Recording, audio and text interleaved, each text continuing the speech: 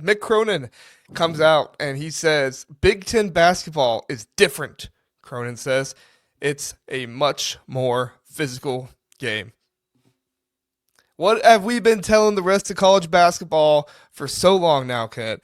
Big Ten, it's different. It's a more physical game. Even last night, did you see that game last night or the sequence at the end of the Nebraska and Rutgers game last night where like bodies were just flying everywhere. The refs weren't calling anything, or was it the Northwestern Maryland game? Honestly, it was probably in both games. But Yeah. bodies were just flying everywhere. They weren't calling anything. It was actually Maryland, I remember, because it was Gillespie that got up and was like had his hands straight up in the air as he was running down the court, and it's like they didn't call it on the other end, buddy. Like they're not calling it. So you're gonna go to the hole. You're probably gonna catch a fist while you're on your way there too. But I mean, what do you think of Cronin's comments here, Kent? I mean, he's obviously right. But is this Cronin pandering to the rest of the Big Ten and kind of like putting up the white flag? Is this him trying to instill toughness in his team? What are your thoughts? I think it's that second one. Weeks now. Like every press conference, he says something about how his guys are not tough or how they need to play tougher, or like I feel like I've heard him say at least 5 times, it doesn't matter what conference you're playing in, you got to be tougher than that. And so this is just another like little peg on the board of like saying, hey, we're not being tough enough, and this conference is tough, and we got to be tougher. So I think it is him trying to motivate his guys. It's just not working, unfortunately. I'm sorry, Mick.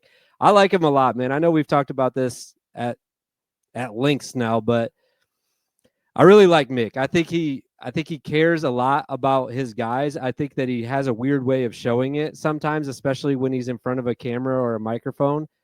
But he's really just trying to get his guys to play harder. And also, I do want to throw this in too. If you're watching his full press conferences, he's got a lot going on right now. Like some people in his lives are losing their homes, and he's trying to help people out. He was on a 2-game road swing when a lot of the stuff was really taking off out in LA. So like, I'm not making excuses for him from a basketball aspect. They have got to be better, and he's got to be a better coach, and he's got to be better at motivating it. But I think he would be the first guy to tell you that too.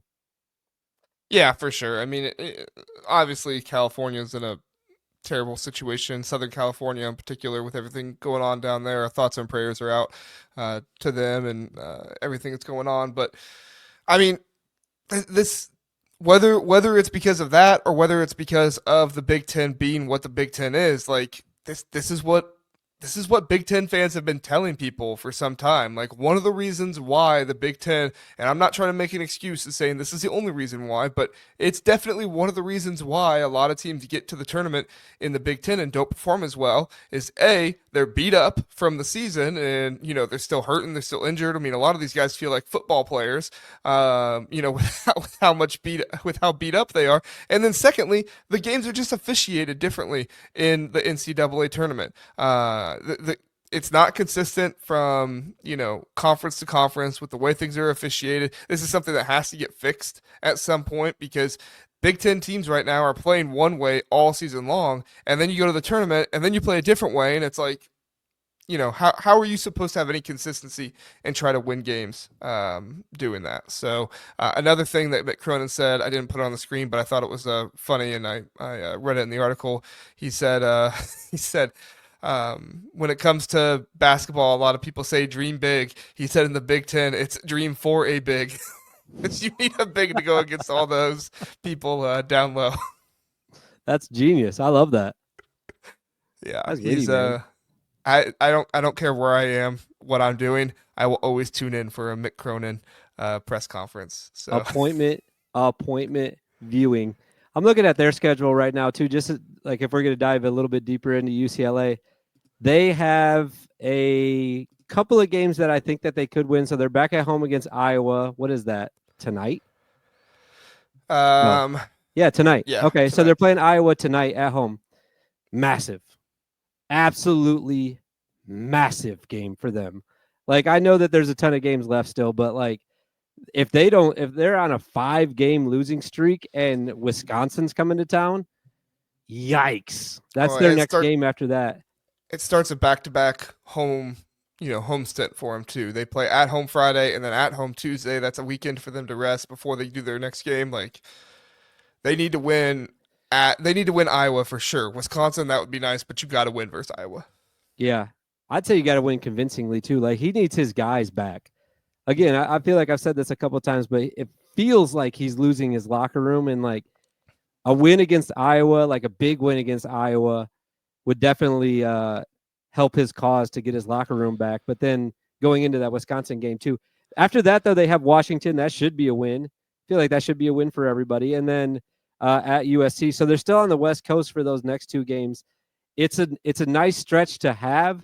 They have to win at least three. I'd say they have to win three of those to be back to respectable. I would say after that 4-game slide that they were just on. So tough. Yeah, and you can't let it be a 5-game slide. And actually, if you count that North Carolina loss and Gonzaga in there, they were one of their last 5 or one of their last 6. So, that's Did a Philip really say tough that place to be before in. me, or is he making fun of me because I say that all the time? No, I think he said that right before you Okay, said good, it. good, good, good. I don't But know anymore with Philip. yeah, I mean, I think your point about like the stuff going on in California is it's a good point because we don't know what some of these kids are going through, what some of these students. I mean, Miller Moss put out there like his home burned down, like Yeah. his childhood home. So like what's going on with the rest of these guys? I know not all of them are from Southern California, but even if there's just other guys, walk-ons and stuff like that are doing that, that impacts the team. When you're a team, you care about each other, you want the best for each other. So it's a tough situation. We'll see. Yeah, he's said that basketball is secondary right now, and that's not what you want from your head basketball coach running a Division One program in the Big Ten. Like you don't want basketball to be the second thing on his mind, but unfortunately, it has to be for him right now. So again, not trying to make any excuses for him. It's just kind of putting things into context about what is important to him right now is not basketball first. But if we're sitting here talking about basketball, it has to be. It just has to change quickly.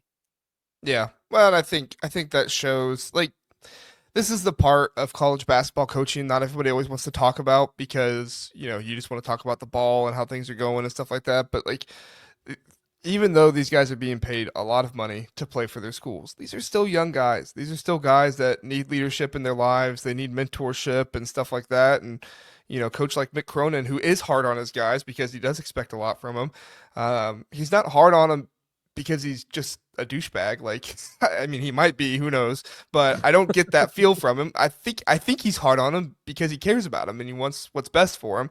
And I think that's a lot of a reason why a lot of guys are attracted more to college coaching than they are, maybe coaching in the NBA because they see the aspect of investing in young men and, helping them in their lives and growing. I mean, how many times this season in college football when a team lost in the playoffs did we hear, well, these guys lost the game, but they're going to win being resilient in their lives later on when they're husbands and fathers and everything else. Like, I know some people hear that stuff and they roll their eyes, but, you know, I played college sports, and that's how my coach was. He cared. I think it makes a difference. So, Yeah, um, talking I about, you mean, have anything else you want to add to that before we move on? yeah, I mean, just like I said, I feel like I've just to put a summary on it. Like, I still think Mick Cronin's great. I think he's a good guy, like you said. I think he's a really good basketball coach and a great motivator.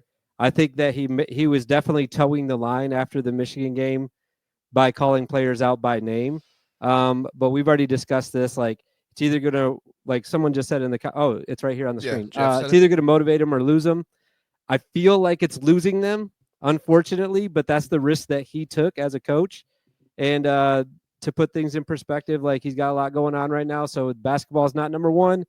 And hopefully it will be soon for him, though, because I'd really like to see this team be competitive again. I'd like to see a great game tonight from them. Yeah, yeah, and if nothing else, hopefully becomes number one for him, so that way they don't have to worry about everything else going on there as well. And I agree with Philip. I'm surprised there's not been any uh, postponed or canceled games or anything like that. So, um, Philip said Bardo was saying that Cronin's Final Four team. I love Bardo. Basically told him that year to buzz off. We are doing this ourselves. Well, I Wait, what's can't he say saying here? Bardo was saying the that Cronin. yeah. Bardo was saying that Cronin's Final Four team. That he went to the Final Four. What was he, an 11 seed or something like Yeah, that? They had a tough season, but then they got to the tournament and basically said, "Buzz off to Cronin. We're doing this ourselves." That wouldn't surprise me. I don't So know about that. I'm not saying it happened. I'm just saying it wouldn't surprise me. Oh. We'll see. Who knows? All right.